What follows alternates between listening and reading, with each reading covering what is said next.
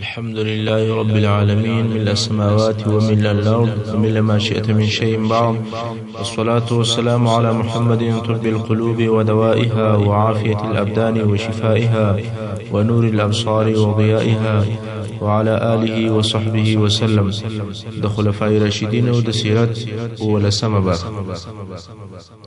په تیره برخه کې مو د موافقات عمر رضی الله تعالی عنه بیان تر دې ځای رسولی چې 15 ځایونه مو د هغه ځایو څخه بیان کړي ول چې د حضرت عمر رضی الله تعالی عنه رایه او نظر به د قرآن مجید موافق رالی یا به د نظر تایید په قرآني آیاتو سره وسو.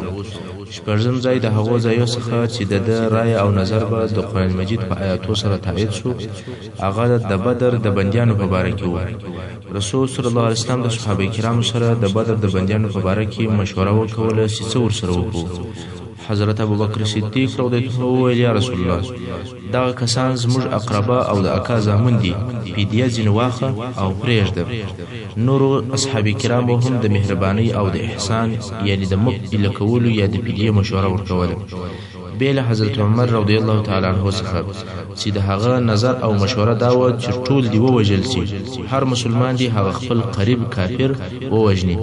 ډېر شدید نظر و، حتی رسول صلی الله علیه وسلم د دغه شدت څخه متحیر شو چې هر مسلمان هغه خپل قریب وژني. مثلا زوی مسلمان دی او پلار کافر دی، په بندیانو کې نیول شوی دی، دغه مسلمان زوی به هغه خپل کافر پلار وژني. دا د عمر رضی الله عنه رایه او نظر و، مګر دغه رایه د رؤوف او رحیم رسول صلی الله علیه وسلم د خپل مهرباني او شفقت په سبب نسبه خوښ او د نور اصحاب کرامو د مشورو سره مطابق فیصله وکوله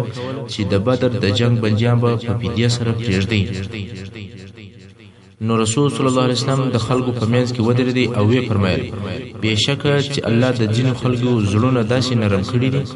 چې تر شیدو هم نرم وي، او الله جل جلاله د ځینو خلکو زړونه داسې قوي کړي دي چې تر ډبرې هم سخت وي. او بیا وویل: یا ابابکر، زه تا د هغو کسانو څخه وینم چې الله جل جلاله یې زړونه نرم کړي وي، لکه ابراهیم علیه السلام چې د خپل قوم په باره کې وویل چې په سورة ابراهیم 14 آیات کې رب جل جلاله فرمایي: اعوذ بالله من الشیطان الرجیم، فمن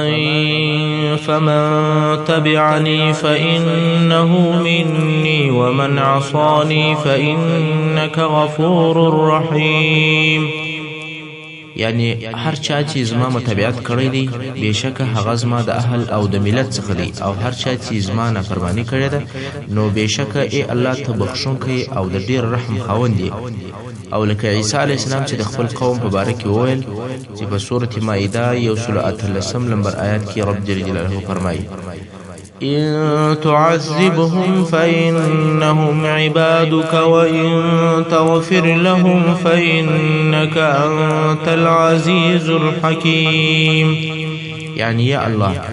که ته دوی ته عذاب ورکې، بېشکه دوی ستا بندگان دي او ته مالک یې، پر تا هیڅ اعتراض او نیوکه نشته. او که ته دوی ته بخښنه وکړې، نو بېشکه چې ته د احکامو په چلولو او عملي کولو کې قوي یې او د حکمت خاوند یې. رسول صلی الله علیه وسلم نور هم وفرمایل: او ته یا عمر، ستا زړه الله جل جلاله قوي کړی دی، داسې دې وینم لکه نوح علیه السلام چې و خپل قوم ته وویل او د خپل قوم په باره کې و رب جل جلاله ته دعا وکول چې په سورة نوح 26 آیات کې رب جل جلاله فرمایي: رب لا تذر على الأرض من الكافرين ديارا. ای زما رب، د کافرانو څخه هیڅ څوک پر مځکه اوسېدونکی یا ګرځېدونکی مه پرېږده، ټول هلاک. او لکه موسی علیه السلام چې د فرعونیانو په باره کې وویل چې په سورة یونس 8 آیات کې رب جل جلاله فرمایي: ربنا اطمس على أموالهم واشدد على قلوبهم فلا يؤمنوا حتى يروا العذاب الأليم. یعنی ای زموږ ربه د دوی پر مالو هلاک او تباهي راوله او د دوی پر زړونو باندې شدت او سختي راوله پر زړونو یې داسې سختي غوټې ور واچوه چې ایمان او یقین هیڅ اثر نه پر کوي دوی تر هغو ایمان نه راوړي تر څو چې دردناک عذاب ونه ویني کله چې مسلمانانو د بندیانو د ایله کولو او د فدیې اخیستلو فیصله وکوله د الله جل جلاله هغه قول نازل شو چې مسلمانانو ته د فدیې د اخیستلو په سبب عتاب او ملامتیا ورکول او د حضرت عمر رضی الله تعالی عنه د رای تایید او تاکید یې کوي چې رب جل جلاله د سورة انفال په 28 نمبر آیت کې فرمایي ما كان لنبي أن يكون له أسرى حتى يثخن في الأرض تريدون عرض الدنيا والله يريد الآخرة والله عزيز حكيم يعني النبي لرا دا نشای چې دلره بندیان وي او د فدیه په اخیستلو سره یې الکی د بندیانو څخه فدیه واخی او هغه بندیان الکی تر څو چې دغه نبی په ځکه کې د کفارو په وجلو قوي کیږي ای مسلمانانو تاسو د دنیا اسباب غواړئ چې د بندیانو څخه فدیه اخلي او الله تاسو لره د آخرت د ثواب اراده لري کله چې دغه آیات شریف نازل شو رسول صلی الله علیه وسلم وژړل او ابوبکر صدیق رضی الله عنه ته هم دغه آیات شریف ووایي ځکه د هغه هم د فدیه د اخیستلو رائے او نظر هغه هم وژړل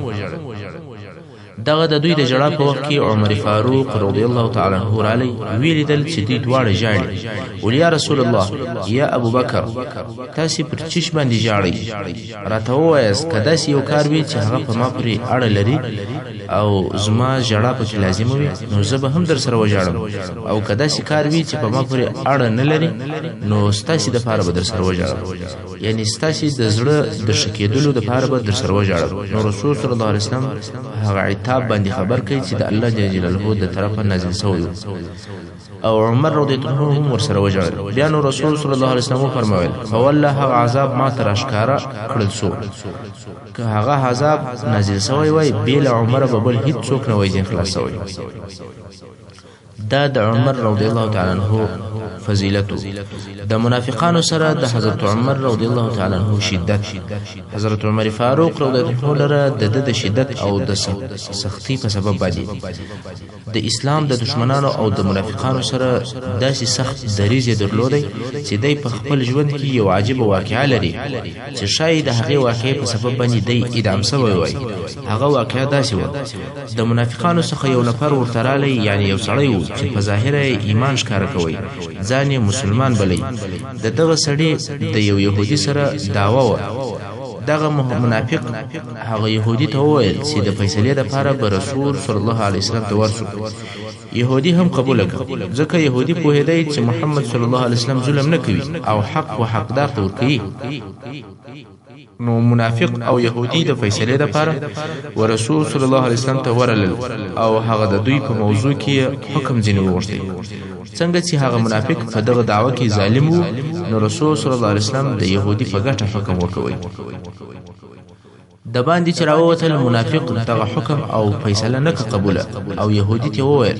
د ابو بکر څخه به حکم او فیصله وغواړو يهودي مجبور شو دا هم ومنل نو ابو بکر صدیق رضی الله عنه ورل هغه هم د يهودي په ګټه حکم وکوي منافق بیا هم دغه حکم نه کوي قبول او ویل دا فیصله هم نه منم بلکې عمر ته ورسو هغه چې هر فیصله وکوله هغه می قبول د منافق دا امید دی چې څنګه چې زه مسلمان یم شاید چې عمر رضی الله تعالی عنہ زما په ګټه فیصله وکړي نو دوی دواړه د حکم او د فیصلې لپاره حضرت عمر رضی الله عنه ورلل عمر رضی الله عنه د کور راوته اول يهودي په خبرو شروع وکړ او ویل چې دغه نفر ستاسو مسلمان دی زما او د په مابین کې دعوه و د هغه دعوی د فیصلې لپاره رسول صلی الله علیه وسلم ته ورلو هغه زما پر طرف باندې حکم وکوي خود نه ومني بیا ابو بکر صدیق رضی الله عنه ورلو هغه زما په ګټه حکم وکوي او د بیان کوي قبول اوس وایي چې زه د بل چا حکم نه منم بیا ستاسو حکم څخه نو اوس دغه دی تا ترالو چې ته حکم فیصله راوکړي عمر فاروق رضی الله تعالی عنہ فرمایل ام منافق ته مخ راوړل او بیا ورته وفرمایل آیا دی رښتیا وایي؟ هغه منافق وویل هو، زه نه د رسول صلی الله علیه وسلم په حکم قانع یم نه د ابوبکر صدیق رضی الله عنه، فقط ستا په حکم باندې راضي کېږم. حضرت عمر رضی الله عنه وویل تاسې لږ صبر وکړه، زه به کور ته ولاړ شم، د کور د خوا ستا دپاره فیصله راوړم. عمر رضی الله عنه کور ته ننوتی او توره یې راواخیسته. د کوره چې راووتی د منافق سر یې په توره ورپرېښود، واره یې پر وکوئ او وی ویل چې ستا په باره کې زما حکم دغه دی، څوک چې د یو داسې حقاني قاضي فیصله نه مني لکه رسول صلی الله علیه وسلم، د هغه فیصله دي په دغه طریقه سره وسي. یهودي چې دا حال ولیدی هغه په ځغاسته باندې ولاړی، ځان یې خلاص کړ. دا موضوع په مسلمانانو ډیره درنه سوه چې عمر رضی الله عنه یو مسلمان وژني، حتی د هغه وژل سوي منافق وارث و رسول صلی الله علیه وسلم ته ورغلی او حضرت عمر رضی الله عنه د خپل قریب په قتل سره متهم کوي او قسمونه یاد کړي چې دغه مقتول د دې لپاره عمر ته ورغلی و چې شاید هغه په دغه معامله کې د دوی په مابین کې صلح او روغه وکړي. د دې لپاره نه ورغلی چې د رسول صلی الله علیه وسلم حکم او فیصله نه ومنل. موضوع تر داسې اندازې ورسېدله چې قریبه و رسول صلی الله علیه وسلم دي د هغه منافق په عوض او بدل کې عمر رضی الله عنه قصاص کی، ځکه د یو مسلمان وژلی دی. څو د الله جل جلاله د طرفه دغه آیاتونه نازل شول چې رب جل جلاله په سورة نساء 8 نمبر آیات کې فرمایي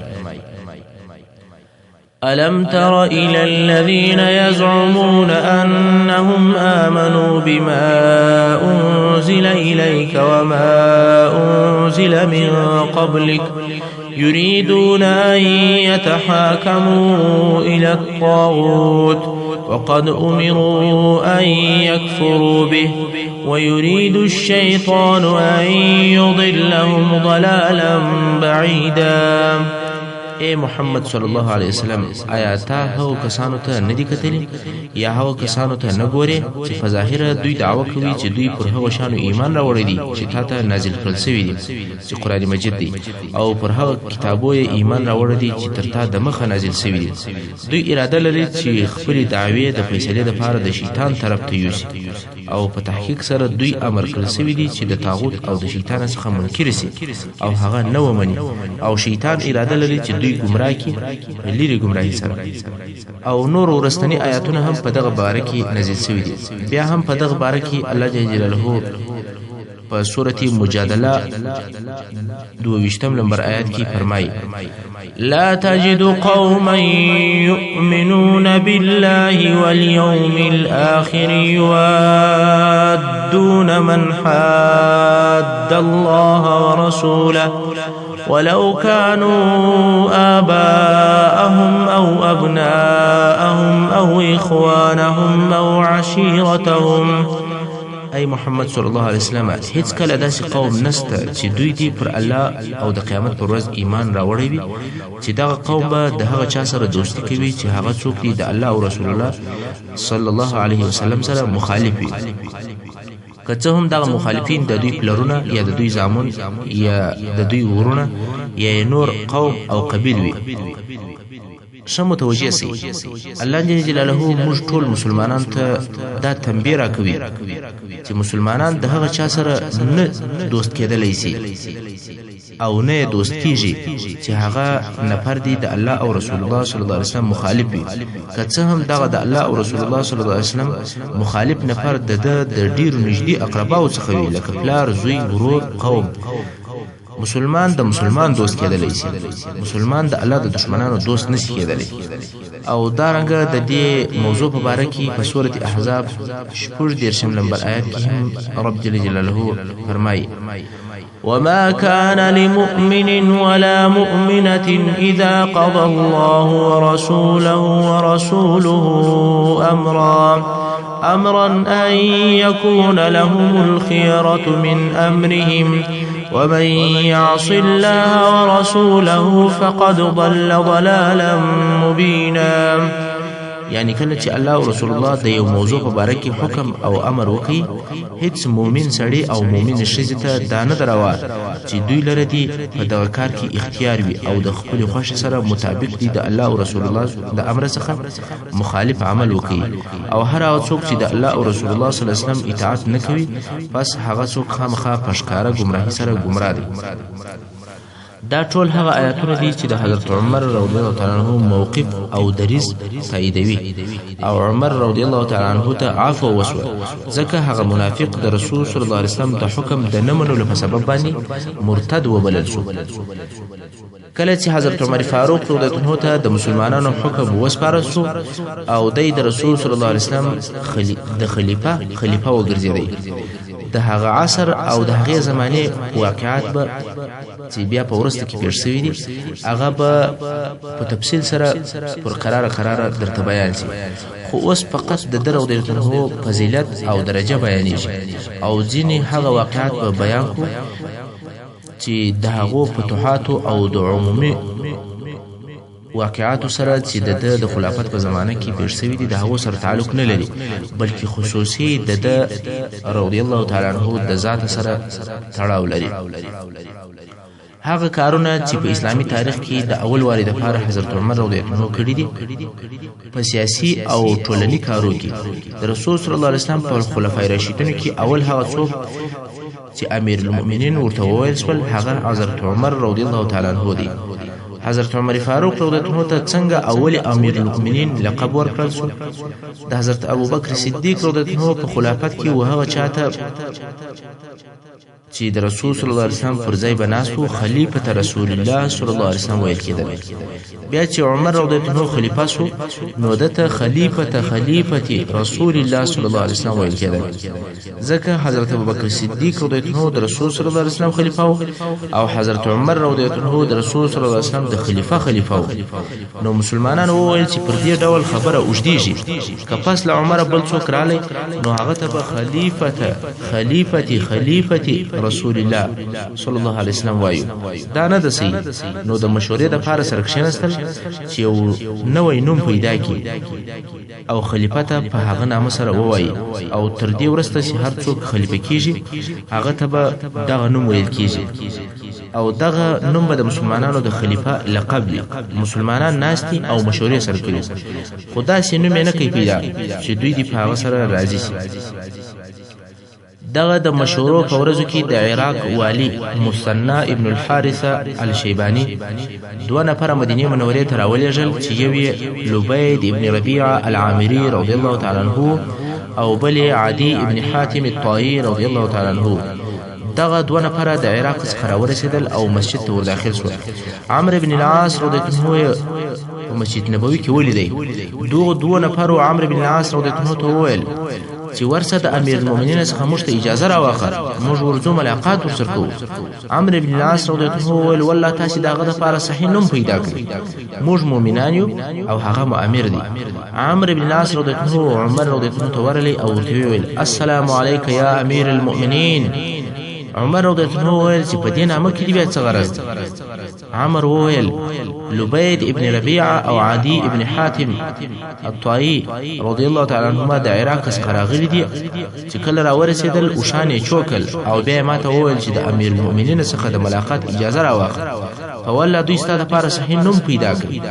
ته مو امیر یې او موږ مؤمنان یو. نو د دغې ورځې څخه د خلیفه دپاره دغه نوم مقرر کړل شو او اول هغه څوک چې اسلامي تاریخ په وجود راوړی او د هغه دولت چې کم په هغه وخت کې د هغې چارې